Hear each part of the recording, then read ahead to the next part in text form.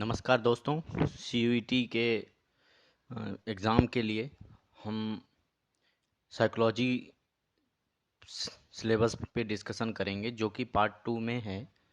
CUET के paper में जो भी स्टूडेंट ग्रेजुएशन में साइकोलॉजी से पढ़ना चाहते हैं, उनके लिए ये पेपर मस्ट होगा देना, किसी भी सेंट्रल यूनिवर्सिटी में एडमिशन लेने के लिए। तो अ, नमस्कार, एक बार फिर से आपका स्वागत है हमारे सीयूईटी टेस्ट प्रेप चैनल पे। और हम साइकोलॉजी के सिलेबस को डिटेल में देखेंगे कि साइकोलॉजी के सिलेबस में क्या है।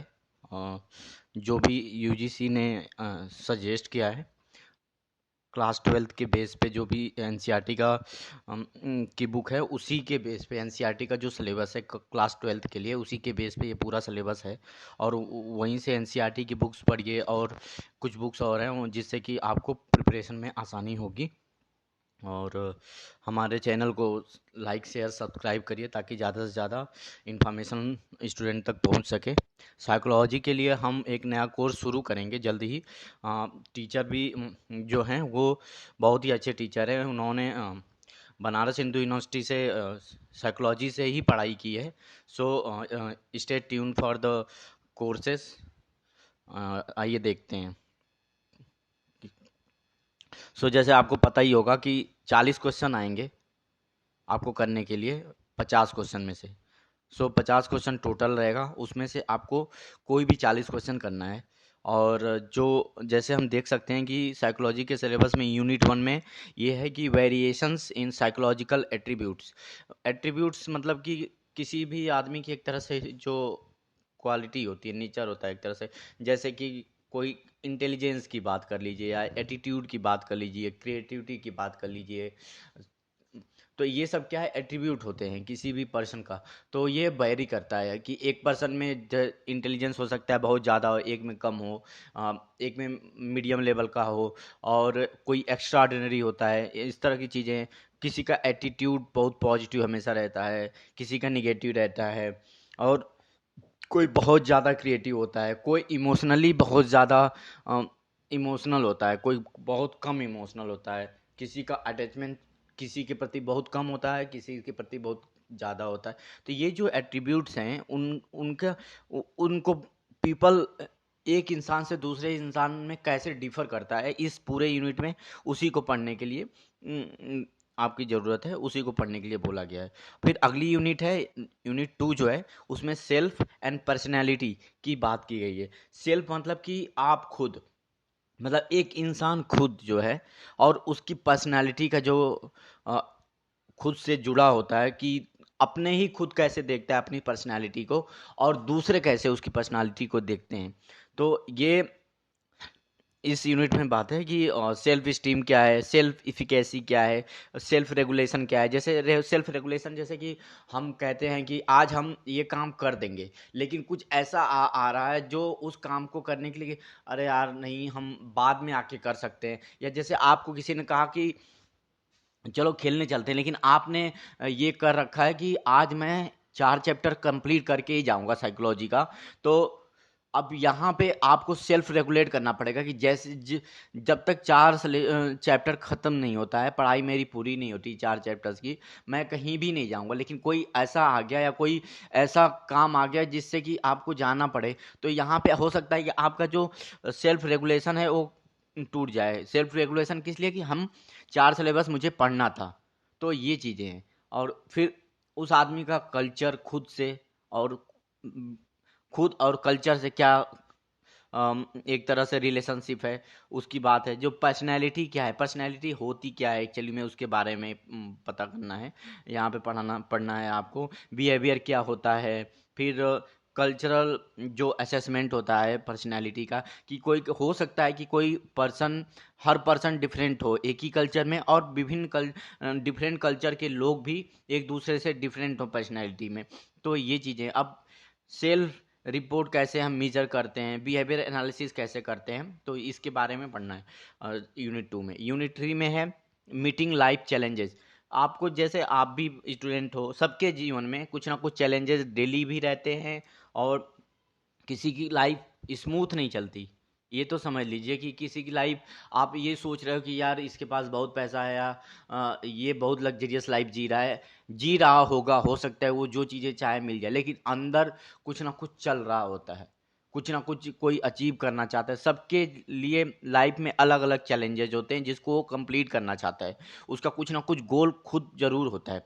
सो उसके बारे में पढ़ना है कि हम इसको कैसे डील करेंगे, और जो इसको चैलेंजेस के कारण जो स्ट्रेस आता है उससे कैसे एक इंसान डील करे, और क्या क्या सेंसर्स होते हैं जो कि स्ट्रेस बढ़ाते हैं, क्या क्या एट्रीब्यूट्स होते हैं जो स्ट्रेस को बढ़ाते हैं, उसको कैसे कोप अप करना है, उसका नेचर क्या होता है स्ट्रेस का, ये सब चीज़ें हमको पढ़नी है। अब उसका हेल्थ से रिलेशन भी देखना है, पढ़ना है भी।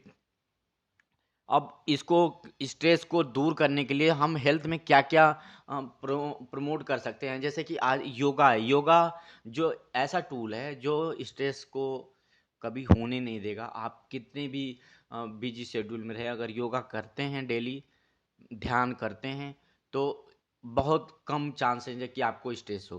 तो इन सब चीज़ों को ह्यूमन लाइफ में कैसे अडॉप्ट करना है, इसके बारे में पढ़ना है। फिर अगली यूनिट है, चौथी यूनिट, साइकोलॉजिकल डिसऑर्डर। आपने देखा होगा कि बहुत लोग होते हैं कि मतलब शरीर से बहुत अच्छे होते हैं दिखने में भी, जो भी हो, फिर लेकिन उनका दिमाग बच्चों की तरह होता है, या कुछ होता है कि बहुत कम होता है, या फिर उनको कुछ समझ में नहीं आता है। तो ये जो एबनॉर्मेलिटी एक्चुअली में आती है कि एक नॉर्मल पर्सन का दिमाग एज के हिसाब से ऐसा होना चाहिए, लेकिन उसमें एबनॉर्मलिटी आ जाती है, तो उससे कम होता है एक तरह से, या उसका बिहेवियर बहुत अलग होता है दूसरे के बिहेवियर से, उसकी पर्सनालिटी बहुत अलग हो जाती है, इन द सेंस कि जो सोसाइटल नॉर्म्स है और जो एक साइंटिफिक स्टैंडर्ड है कि एक इंसान का बिहेवियर ऐसा होना चाहिए, एटीट्यूड ऐसा होना चाहिए, उससे बहुत ज़्यादा डिफ्लेक्ट करता है, एबनॉर्मल होता है। ठीक है, इसके बारे में पढ़ना है। और इस ये आया कैसे, क्या क्या मेजर एबनॉर्मलिटीज़ होती हैं। ठीक है, और डिसऑर्डर का क्लासिफिकेशन भी पढ़ना है कि abnormal behaviour, major psychological disorder, जैसे एंजाइटी होती है। आप एग्ज़ाम देने जा रहे होते हैं, तो आपका पेपर चाहे बहुत तैयार हो चाहे नहीं हो, एंजाइटी होती है एग्ज़ाम से पहले। एक वो है, इस सोमैटिक डिसोसिएटिव भी एक चीज़ होती है।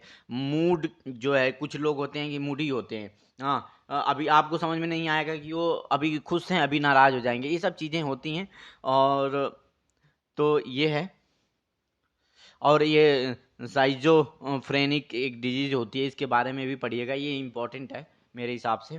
सो ये बिहेवियर से रिलेटेड जो भी डिसऑर्डर्स हैं, हाँ, उसके उसके बारे में इस यूनिट में, यूनिट 4 में पढ़ना है। अब यूनिट 5 में देखते हैं कि थेरापेटिक अप्रोचेज क्या हैं, कि जो भी लाइफ में प्रॉब्लम्स आती हैं उनको दूर करने के लिए टेक्निक्स तो हैं, इवन टूल्स हैं, उसको कैसे यूज़ कर सकते हैं, उन सब चीज़ों को।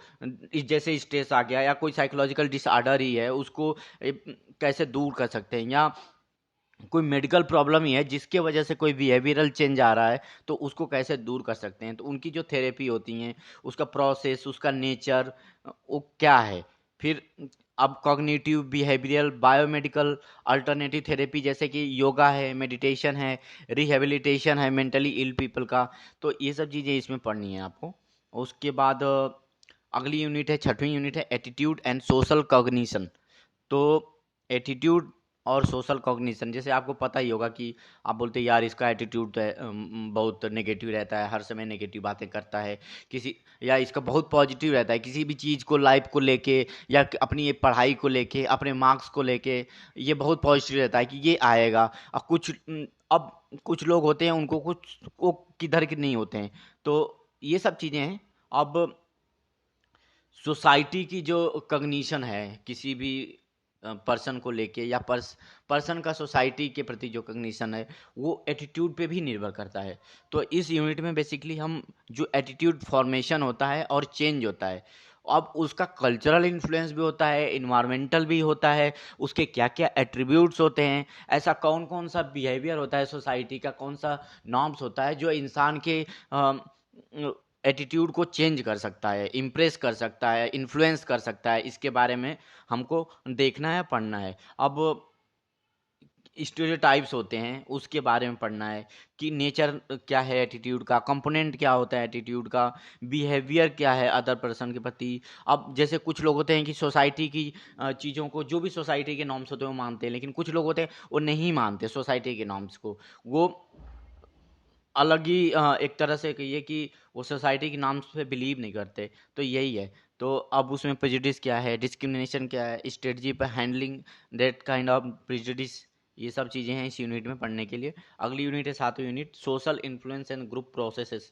अब कोई भी ग्रुप है वो किसी भी पर्सन को, खुद को कैसे इन्फ्लुएंस कर रहा है, कोई पर्सन है उस ग्रुप को कैसे इन्फ्लुएंस कर रहा है, कि सोसाइटी कैसे चेंज हो रही है डायनेमिकली, और कॉन्फ्लिक्ट कैसे आते हैं, उनको रिजॉल्व करने की स्ट्रेटजी क्या है, कॉन्फॉर्मिटी, ओबीडियंस, कंप्लायंस, कोऑपरेशन, कंपटीशन, ये सब इनका नेचर, फॉर्मेशन होता क्या है, ग्रुप क्या होते हैं, ग्रुप किसे बोलते हैं, टाइप ऑफ ग्रुप बोले, सोशल आइडेंटिटी क्या होती है। अब हर सोसाइटी में लोग रहते हैं, लेकिन उसमें भी अलग अलग आइडेंटिटी के लोग रहते हैं।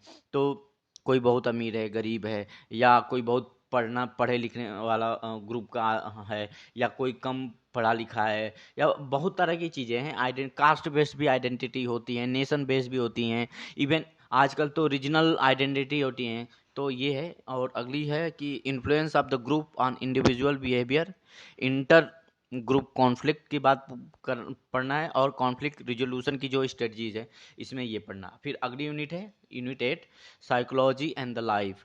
साइकोलॉजी लाइफ में कहाँ कहाँ इम्पोर्टेंट है, लाइफ का जो अप्रोच है वहाँ पे साइकोलॉजी इन्वॉल्व है कि नहीं है, उसको इन्फ्लुएंस करती है कि नहीं, साइकोलॉजी आई कैसे, लाइफ से निकली। तो इसमें बेसिकली जो भी सोशल इश्यूज होते हैं, जैसे कि ह्यूमन इन्वायरमेंट रिलेशनशिप है, इन्वायरमेंटल इफेक्ट ऑन ह्यूमन है, जैसे कि नॉइज़ का, पोल्यूशन का, क्राउडिंग का, नेचर डिजास्टर्स जो होते हैं, अब इसके बारे में इसमें पढ़ना है। फिर है कि प्रमोटिंग प्रो इन्वायरमेंटल बिहेवियर।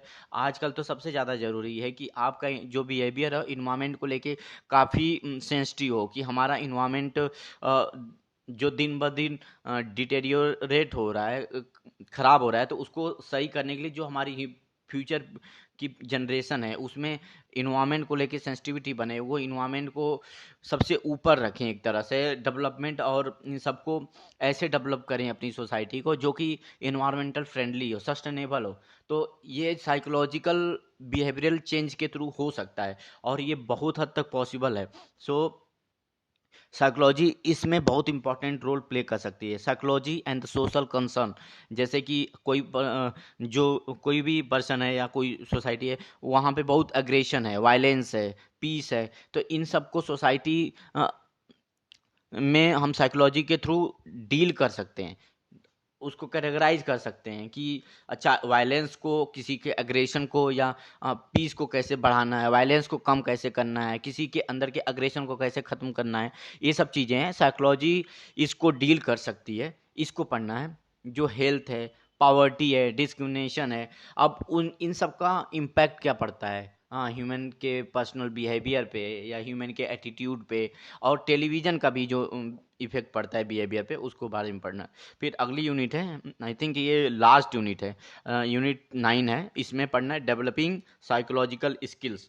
अब साइकोलॉजिकल स्किल्स डेवलप करना क्यों ज़रूरी है, क्योंकि लाइफ में अनसर्टेनिटी है, बहुत ही अनसर्टेनिटी है, आपको पता नहीं, आप पढ़ रहे हो सकता है कि कुछ समय बाद आपका पढ़ने का मन न करे, आप डीमोटिवेट हो रहे हैं किसी भी फैक्टर के कारण, या हो सकता है वो फैक्टर आपको पता ना चल पा रहा हो, या आप पढ़ रहे हो उसके कारण ये लग रहा है कहीं कि आप ओवर कॉन्फिडेंस में जा रहे हो, आपकी एबिलिटी इतनी है, आप उससे ज़्यादा की सोच रहे हो। तो ये जो चीज़ें हैं इसमें साइकोलॉजिकल स्किल्स बहुत इंपॉर्टेंट रोल प्ले करते हैं। जैसे कि कोई बहुत इमोशनल होता है, लेकिन इमोशंस ज़रूरी है, लेकिन एक हद तक इमोशंस ज़रूरी नहीं है, लेकिन क्योंकि लाइफ बहुत प्रैक्टिकल है। लाइफ जो रियल लाइफ में और रियल लाइफ में कहते हैं ना कि बहुत अंतर होता है, तो वही चीज़ है।